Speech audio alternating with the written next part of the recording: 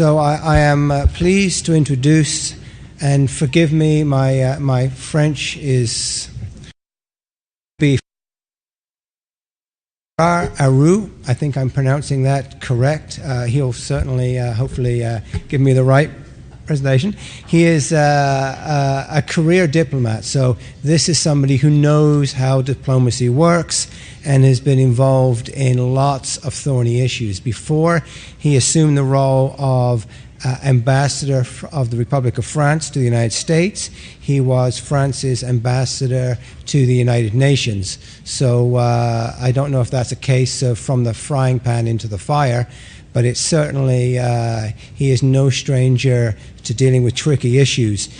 He was also ambassador to Israel, so he has come up through some of the most interesting and difficult political and diplomatic issues.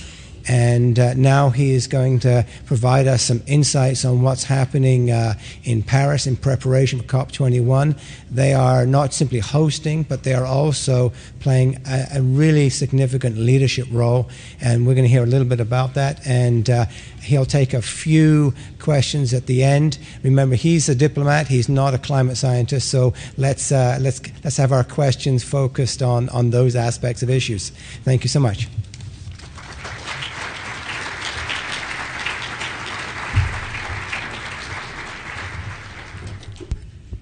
Actually, of course, he didn't pronounce my name correctly. It's Araud. Ladies and gentlemen, I'm delighted to be here and honored to be able to speak to you today, and I hope you enjoy my accent. You know, I've lived, you know, you can't believe it, but I've lived in the US at least 10 years, and still, you know, you can hear it. So thank you for organizing such a great conference and for choosing to dedicate it this year to climate. As you know, we will host the COP21 in November, from November 30th to December 12, 2015. Of course, we are fully committed to making this conference a success. The aim is to establish a course of action and a legal framework to limit average global warming to less than 2 degrees Celsius. As President Obama said in his State of the Union address, we won't need to be rocket scientists to see that climate change is happening and that we need to take action. We must take action now to preserve both our quality of life and that of generations to come. It will be not easy, and there are many reasons, but there are many reasons to remain optimistic. And the mobilization I see today is one of them. This conference brings together an impressive number of high-level scientists, NGOs, think tanks, and government officials, business communities also, who are all committed to finding solutions. We need initiatives like this one to remind public officials how important the fight against climate disruption is for our future, and to encourage them to maintain and take constructive actions. In short, we need to work together to confront reality before it's too late. Let me address first the context and the challenges.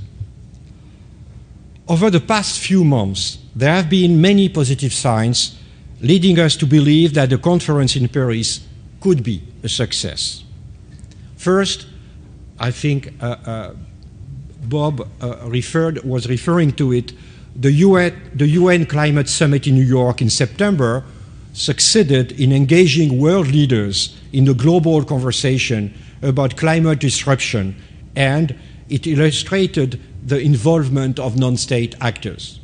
Two, the EU leaders agreed in October on a target to reduce their domestic greenhouse emissions by 40% compared to 1990 by 2030. They also set a goal of at least 27% for renewable energy and energy saving by 2030. France pushed the EU to set these challenging objectives thanks to its ambition energy transition bill.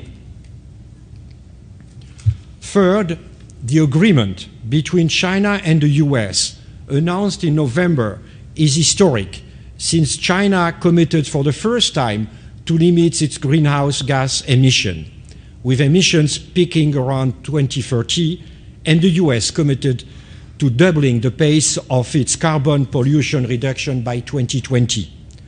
We saw this announcement as a possible political turning point.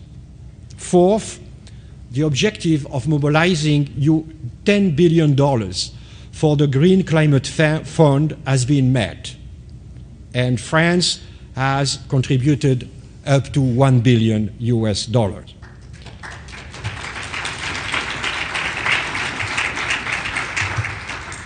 Which, considering our budgetary situation, is quite a feat, actually.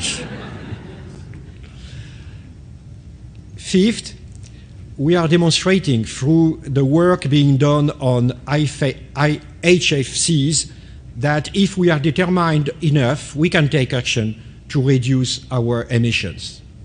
Six, the mobilization of all stakeholders and their collective efforts on climate action ensure the success of COP20 in Lima. The negotiations have been difficult, and this should not come as a surprise given what is at stake. But still, COP20 was a success for 3 reasons. You know, with the French, you have always 3 reasons, 4 arguments, 2 parties. You know, really, we try to bring some logic in this world. Unfortunately, we are the only ones.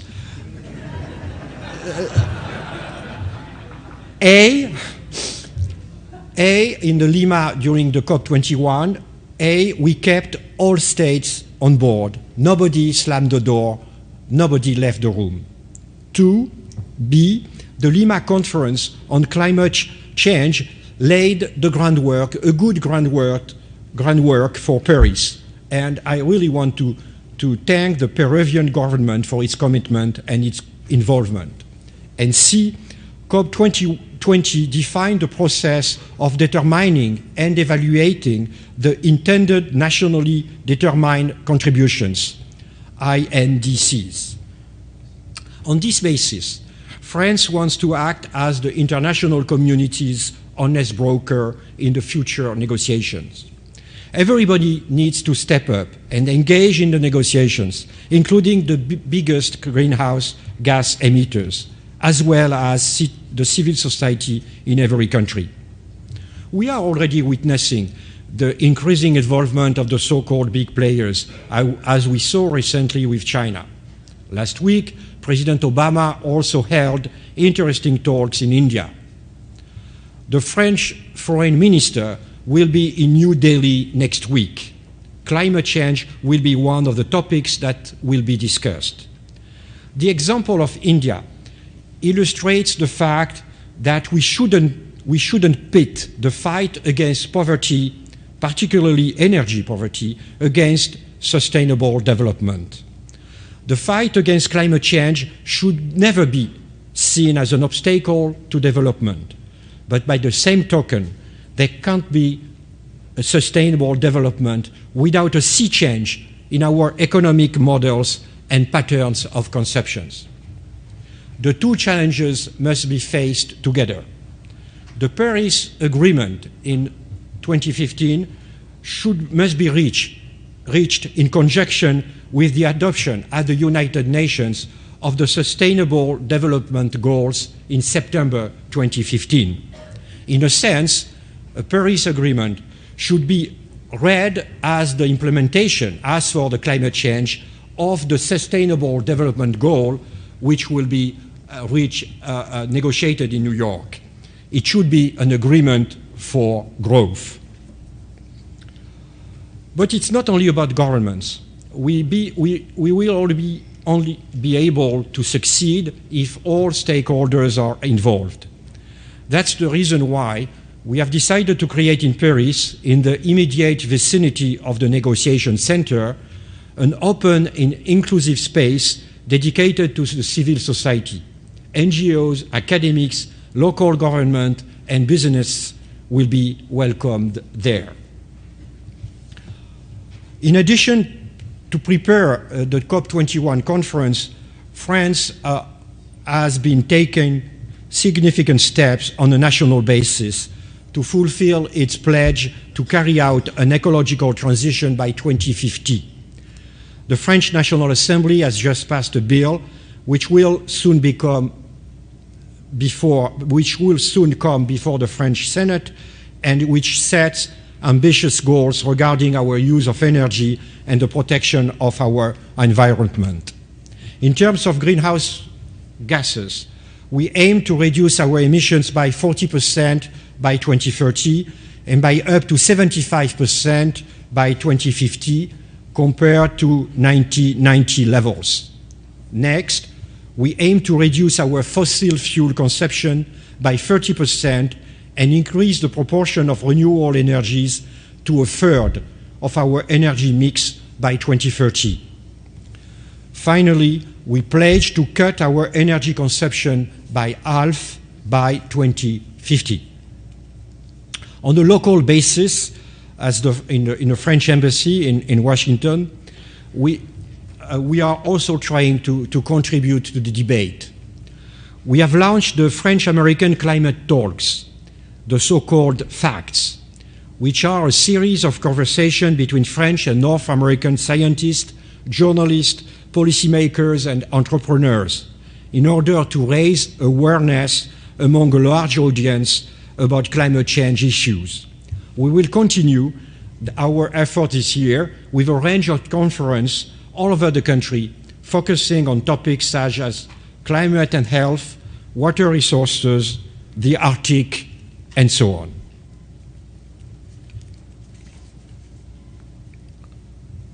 Secondly, among the non-state actors, cities and metropolitan regions are major players in the efforts to address global warming. Metropolitan regions are often among the most vulnerable to the effects of climate change, yet they are also vital laboratories for testing and applying innovative technologies and policies to reduce greenhouse gas emissions and promote resilience.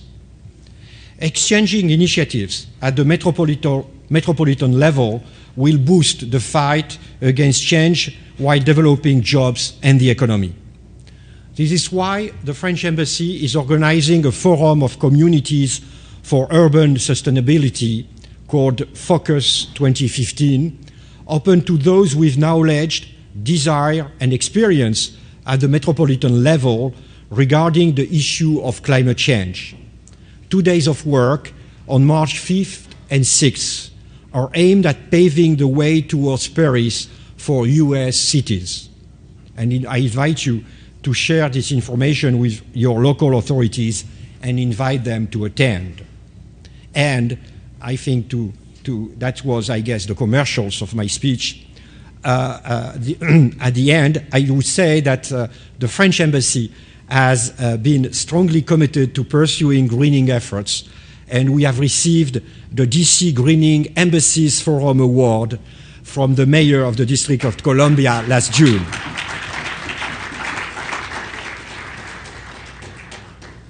Yet we all know that nothing could be achieved without a clear method. So on the road to Paris, France is committed to respecting 3 main principles. First, we want to listen to each of our partners and to understand their concerns, to be able to take them into account when we negotiate the final agreement. We are not out for everything or nothing. We know that one size doesn't fit all. Our motto will be, in a very French way, realism and pragmatism. This leads to the second principle. We want to promote a spirit of compromise and take into account national circumstances in order to reach a fair agreement. France will make a special effort to provide technical assistance to the most vulnerable countries in the implementation of their national contributions. And third, we need a strong mobilization. This is the only way we will be able to seize this last chance to reach an agreement before too long. And this will require the involvement of each of you. Every stakeholder must be mobilized to help us, not only our heads of state and diplomats, but also civil society, which means local authorities, NGOs, and the business community. And I want to, on this last point, the message the COP21 should send to this business community should be, first, we are serious about low-carbon economy. Second, the technology is there, or will be there very soon, and actually sooner than you expect. And third, there is money to make, go for it. The next conference will be based on 4 pillars. I told you, 3, 4, 2, we have always really, and will be based on 4 pillars. France has identified 4 objectives to make this conference a success. The first one is to reach an international agreement based on common objective and to establish a legal framework for the post-2020 period, in which each of the 196 parties will commit to taking action in order to keep the increase in temperature to less than 2 degrees. This goal was set in 2011 in Durban, and it is a rendezvous the world cannot miss. As Secretary General Ban Ki-moon said, there is no plan B because there is no planet B. The second point, and I want to precise that this agreement should be differentiated. That's, you can't ask the same thing, the same speed to a poor African country and to a Western industrialized country. And this agreement should be reviewable, which means that we take commitments in 2015, maybe that this commitment will have to be changed or adjusted in 2020 or 2025. We have to be also flexible and realistic.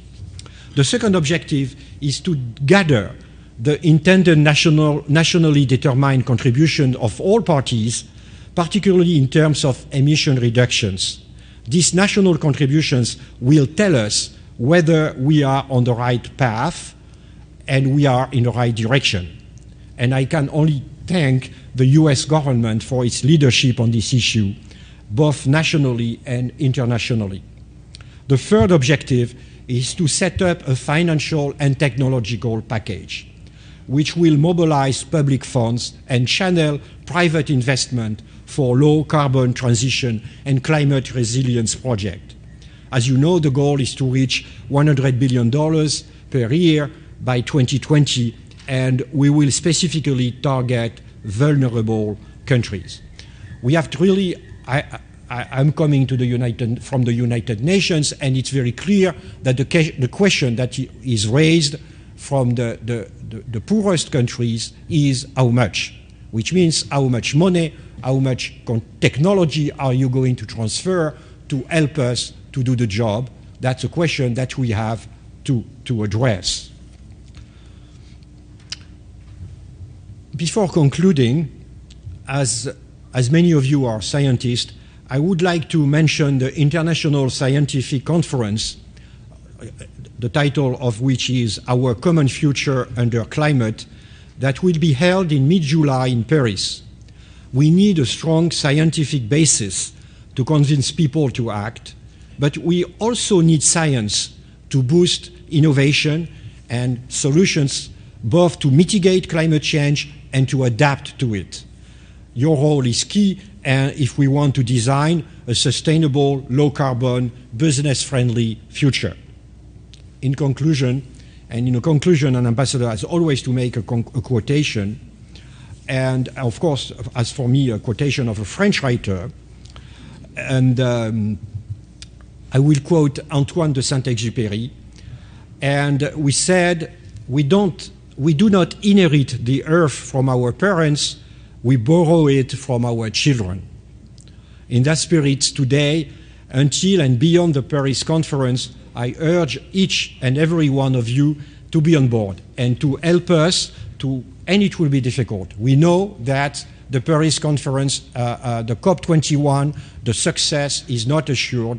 It will be a real tough job. So we need all of you. We need the US authorities, and we know that we can rely on the strong commitment of the Obama administration, and we're very thankful, grateful to it. But we need all of you to help us to address the enormous challenges that our planet is facing. Thank you very much.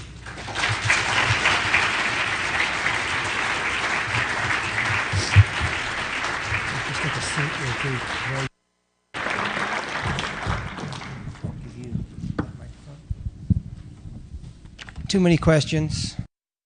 I couldn't help but, there are 5 questions here, each with 4 subparts. We try to be logical too, often not succeeding. A couple of brief questions. First of all, thank you. The commitments of France that you've outlined are really ambitious and really do demonstrate tremendous leadership by France to be a role model for what all nations should be doing and committing to over the coming months. Thank you for that. The climate deal is one of the biggest, most complex negotiations of all time. How is France mobilizing national resources to deliver a successful outcome? Thank you very much. Actually, flattery always works very well with the French, and especially the French male. So thank you for the flattering, the flattery. Second point actually is that it's not a commitment. Unfortunately, our president, the president of the French Republic, decided by himself that we will be hosting this conference against the advice of all his advisors, saying it's a suicide. It will be very, very difficult. And but I think, of course, it was a good, it was an important decision. It was a good political decision. The first, I think, in a very un-French way, as I have said, we are trying to be pragmatic. We know that it won't be possible to impose a straitjacket on everybody. We know the situation in the U.S. Senate. We know the situation also in India and in a lot of countries. There is a momentum towards coping with the climate change. It's obvious. The declaration, the statement signed by China and the U.S. You can argue about the substance, but the political message which has been sent for the first time by China is extremely important. So there is a momentum, but of course there are a lot of questions, a lot of obstacles.